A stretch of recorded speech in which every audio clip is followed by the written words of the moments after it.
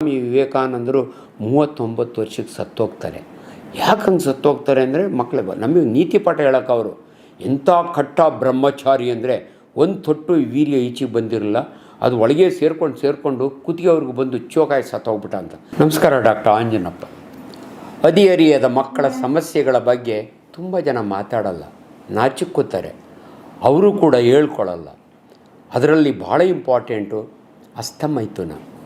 ನನಗೂ ಎಸಿಟೇಟ್ ಆಗೋದು ಇಂಥ ವಿಚಾರಗಳನ್ನೆಲ್ಲ ಮಾತಾಡಲಿಕ್ಕೆ. ಆದರೆ ಇದು ಭಾಳ ಇಂಪಾರ್ಟೆಂಟು. ಯಾಕಂದರೆ 98% ತೊಗೊಂಡಿರೋ ಒಳ್ಳೆ ಹುಡುಗ PUC ಸೇರ್ಕೋತಾರೆ. SSLC 98%, ಫಸ್ಟ್ PUC ಆದಮೇಲೆ ಅವನು 65%ಗೆ ಬರ್ತಾನೆ.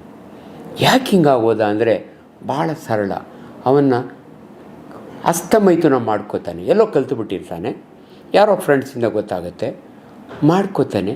ಅದರಿಂದ ಅವನಿಗೆ ರಿಲಿ ಖುಷಿ ಸಿಗುತ್ತೆ. ಅದು ಅನ್ಫಾರ್ಚುನೇಟ್ಲಿ ನಾನೇ ಓದಿದ್ದೀನಿ, PUC ಒಳಗಿದೆ ಪ್ರಜಾಮತ ಅಂತ ಒಂದು ಮ್ಯಾಗ್ಝೈನ್ ಬರೋದು, 1 ತೊಟ್ಟು ವೀರ್ಯ 20 ತೊಟ್ಟು ರಕ್ತಕ್ಕೆ ಸಮಾನ ಅಂತ.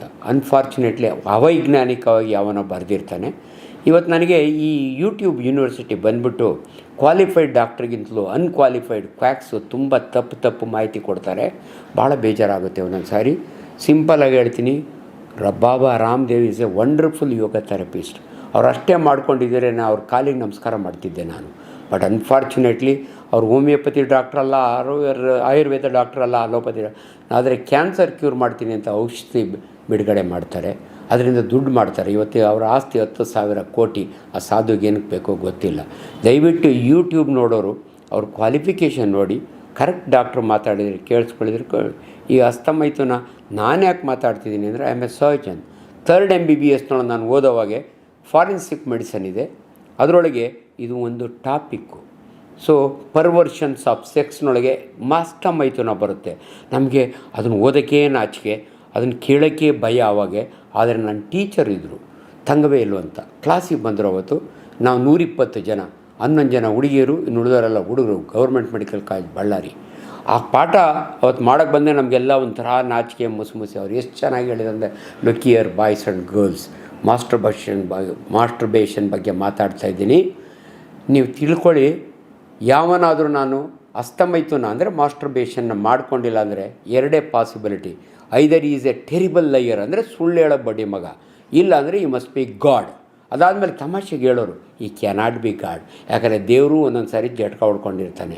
ಇದು ಜನಗಳ ಭಾಷೆ, ನಾನು ಯೂಸ್ ಮಾಡ್ತಾಯಿದ್ದೀನಿ, ತಪ್ಪೇನಿಲ್ಲ. ನಿಮಗೆ ಅರಿವು ಮೂಡಿಸ್ಲಿಕ್ಕೋಸ್ಕರವಾಗಿ ಈ ಮಾತು ನಾನು ಈ ಜಟ್ಕ ಹೇಳಿದ್ನಲ್ಲ, ಇದೆಲ್ಲ ಹೇಳಲಿಕ್ಕೆ ನನಗೆ ಮೊದಲು ಒಂಥರ ಮುಜುಗರ ಆಗೋದು.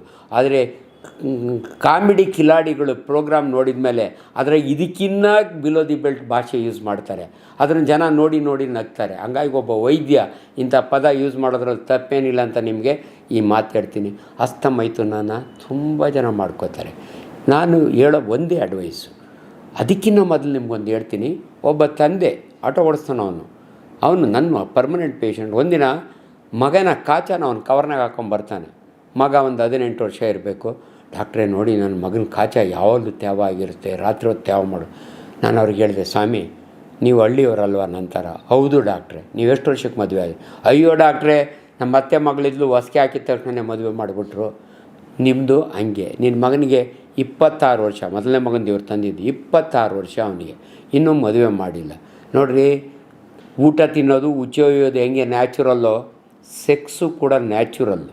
ಏನಂದರೆ ಸಾಮಾಜಿಕ ರಿಸ್ಟ್ರಿಕ್ಷನ್ ಇರೋದ್ರಿಂದ ಮದುವೆ ಆದಮೇಲೆ ನೀವು ಸೆಕ್ಸ್ ಮಾಡಬೇಕು ಅಂತ ಇರೋದು. ಅದಕ್ಕೆ ಮೊದಲು ಯಾರಿಗೇ ಆಗಲಿ ಅದು ಸಮಾಜದಲ್ಲಿ ಹಂಗೆ ಮಾಡ್ಬೋದು ಅಂತ. ಅನ್ಫಾರ್ಚುನೇಟ್ಲಿ ಅವ್ನಿಗೆ 26 ವರ್ಷ ಆದರೂ ಮದುವೆ ಆಗಿರಲ್ಲ, 32 ವರ್ಷ ಆದರೂ ಮದುವೆ ಆಗಿರಲ್ಲ, ಇವತ್ತು 40 ವರ್ಷದವರು ಆಗಿರಲ್ಲ. ಅವನು ವೀರ್ಯ ಈಚೆಗೆ ಬರುತ್ತೆ. ನಿಮಗೆ ಕೆಲವು ಪದಗಳನ್ನ ಯೂಸ್ ಮಾಡೋವಾಗ ನಾನು ಭಾಳ ಕೇರ್ಫುಲ್ಲಾಗಿ ಯೂಸ್ ಮಾಡ್ತೀನಿ. ನಾನು ನ್ಯಾಷನಲ್ ಕಾಲೇಜ್ ಬಸವನಗುಡಿ H. ನರಸಿಂಹಯ್ಯನವರ student, 2 year PUC first batch. ನನಗೇನೆ ಫಸ್ಟ್ MB ಒಳಗೆ ಸೇರಿದಾಗೆ ಯಾರೊಬ್ರು ಹೆಂಗೆ ಹೇಳಿದರು ಅಂದರೆ, ನೋಡಿ ಸ್ವಾಮಿ ವಿವೇಕಾನಂದರು 39 ವರ್ಷಕ್ಕೆ ಸತ್ತೋಗ್ತಾರೆ. ಯಾಕಂಗೆ ಸತ್ತೋಗ್ತಾರೆ ಅಂದರೆ ನಮಗೆ ನೀತಿ ಪಾಠ ಹೇಳೋಕೆ ಅವರು ಎಂಥ ಕಟ್ಟ ಬ್ರಹ್ಮಚಾರಿ ಅಂದರೆ 1 ತೊಟ್ಟು ವೀರ್ಯ ಈಚೆಗೆ ಬಂದಿರಲಿಲ್ಲ, ಅದು ಒಳಗೆ ಸೇರಿಕೊಂಡು ಕುತ್ತಿಗೆವ್ರಿಗೂ ಬಂದು ಚೋಕಾಯಿ ಸತ್ತೋಗ್ಬಿಟ್ಟ ಅಂತ. ನನಗೆ ಅವಾಗಿನ್ನ ಮೆಡಿಕಲ್ ಕಾಲೇಜಿಗೆ ಹೋಗಿಲ್ಲ. ಈ ಮೇಷ್ಟ್ರು ಹೇಳೋದು ನೋಡಿ ನನಗೆ ಗಾಬರಿ ಆಗ್ಬಿಟ್ಟಿದ್ದೆ. ಬಟ್ ನಾನು ದೊಡ್ಡವನಾದಮೇಲೆ, ಡಾಕ್ಟ್ರ್ ಆದಮೇಲೆ ನನಗೆ ಗೊತ್ತಾಯಿತು, ಸ್ವಾಮಿ ವಿವೇಕಾನಂದ ಅಂತ ಹೆಸರಾಂತ ನಮ್ಮ ದೇಶವನ್ನೇ ಇವತ್ತು ಕೂಡ ನಾವು ವರ್ಷಿಪ್ ಮಾಡ್ತೀವಿ. ಅಂಥವ್ನು ಯಾಕೆ ತೀರ್ಕೊಂಡ ಅಂದರೆ ಪಾಪ ಇವಾಸ್ ಎ ಜುವೆನೈಲ್ ಡಯಾಬಿಟಿಕ್. ಆಗಿನ್ನ ಇನ್ಸುಲಿನ್ ಕಂಡುಹಿಡ್ದಿರಲಿಲ್ಲ. ಇವರಿಗೆ ಡಯಾಬಿಟಿಸ್, ಜುವೆನೈಲ್ ಡಯಾಬಿಟಿಕ್ ಅಂದರೆ 7 ವರ್ಷದ ಹುಡುಗನ ನಾನು ಇನ್ಸುಲಿನ್ ಕೊಡಿಸ್ತೀನಿ ನಮ್ಮ ಹಳ್ಳಿ ಒಳಗೆ. ಅವ್ರು ಇನ್ಸುಲಿನ್ ಇಲ್ದಿರ ಬದುಕಲಿಕ್ಕಾಗಲ್ಲ. ಈ died of complication of diabetes ಕಟ್ಟ ಬ್ರಹ್ಮಚರ್ಯದಿಂದ ಅಲ್ಲ. ದಯವಿಟ್ಟು ಇದು ನಿಮ್ಗೆ ಅರ್ಥ ಆಗಲಿ ಅಂತ ಹೇಳ್ತಿದ್ದೀನಿ.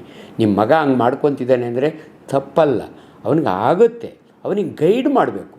ನೀವು ಹೇಳಲ್ಲ, ನಿಮ್ಮ ಮೇಷ್ಟ್ರು ಹೇಳೋದಿಲ್ಲ, ನಿಮ್ಮ ತಂದೆ ತಾಯಿಗಳು ಹೇಳೋದಿಲ್ಲ. ಯಾರು ಹೇಳಬೇಕು? ನನ್ನ ವಿದ್ಯೆ ನನ್ನಂಥವನಿಂದ ಈ ಹುಡುಗರಿಗೆಲ್ಲ ಇವತ್ತು ಎಷ್ಟು ನನಗೆ ಇನ್ನೂ ಬೇರೆ ಮಾಧ್ಯಮದಲ್ಲಿ ಇದನ್ನು ನಾನು ಮಾತಾಡಿದ್ದೀನಿ. ಗುಲ್ಬರ್ಗ, ರಾಯಚೂರು, ಎಲ್ಲಿಂದ ಸಣ್ಣ ಸಣ್ಣ ಹುಡುಗರು 22 ವರ್ಷದವ್ರು ನನಗೆ ಫೋನ್ ಮಾಡ್ತಾರೆ. ನಾನು ವಿಡಿಯೋ ಸರಿಯಾಗಿ ನೋಡ್ಕೊಳ್ಳೋ ಮರಿ ಅದ್ರಾಗೆಲ್ಲ ಹೇಳಿದ್ದೀನಿ ಅಂತ ಹೇಳ್ತೀನಿ. ಅಷ್ಟು ಯೋಚನೆ.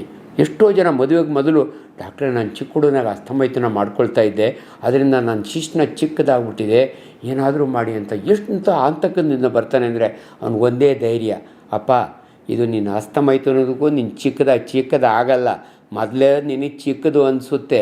ಯಾಕಂದರೆ ಅನ್ಫಾರ್ಚುನೇಟ್ಲಿ ಜನಗಳ ಇಮ್ಯಾಜಿನೇಷನ್ ಆ್ಯಂಡ್ ಅವ್ರಿಗೆ ಒಂದು ಸೆಂಟೆನ್ಸ್ ನಾನು ಯಾವಾಗಲೂ ಹೇಳ್ತೀನಿ, ಒಬ್ಬ ಜವಾಬ್ದಾರಿ ಸರ್ಜನ್ ಆಗಿ ಭಾಳ ಜನಕ್ಕೆ ಇದು ಅರ್ಥ ಆಗಲ್ಲ. It is not the length, it is the strength that is important. ನೀವು ಸಂಭೋಗ ಮಾಡಬೇಕಾದ್ರೆ ಎಷ್ಟು ಉದ್ದ ಇದೆ ಇಂಪಾರ್ಟೆಂಟ್ ಅಲ್ಲ, ಎಷ್ಟೊತ್ತು ಅದು ಗಟ್ಟಿಯಾಗಿರುತ್ತೆ. ಅದನ್ನು ಎರೆಕ್ಷನ್ ಅಂತೀವಿ ನಾವು, ಎರೆಕ್ಟೈಲ್ ಡಿಸ್ಫಂಕ್ಷನ್. ಇವೆಲ್ಲ ನಾನು ಮಾತಾಡಬೇಕಾದ್ರೆ ನನ್ನ ಸಾಮಾಜಿಕ ಜವಾಬ್ದಾರಿಯಿಂದ ಮಾತಾಡ್ತಿದ್ದೀನಿ.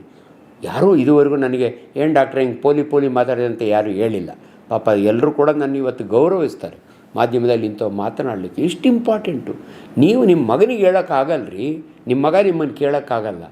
ಈ ನಮ್ಮ ಹತ್ರ ಕೇಳೋಕ್ಕೂ ನಾಚಿಕೊಳ್ಳೋರು ಈಚೀಚೆಗೆ ನನ್ನ ವಿಡಿಯೋ ನೋಡಿ ಬಂದು ನನ್ನ ಹತ್ರ ಕೇಳ್ಕೊತಾರೆ. ಅದರಿಂದ ದಯವಿಟ್ಟು ಅಸ್ತಮೈತುನ ಯಾರು ಮಾಡ್ಕೋತಾರೆ? ಹದಿಹರಿಯದ ಮಕ್ಕಳು.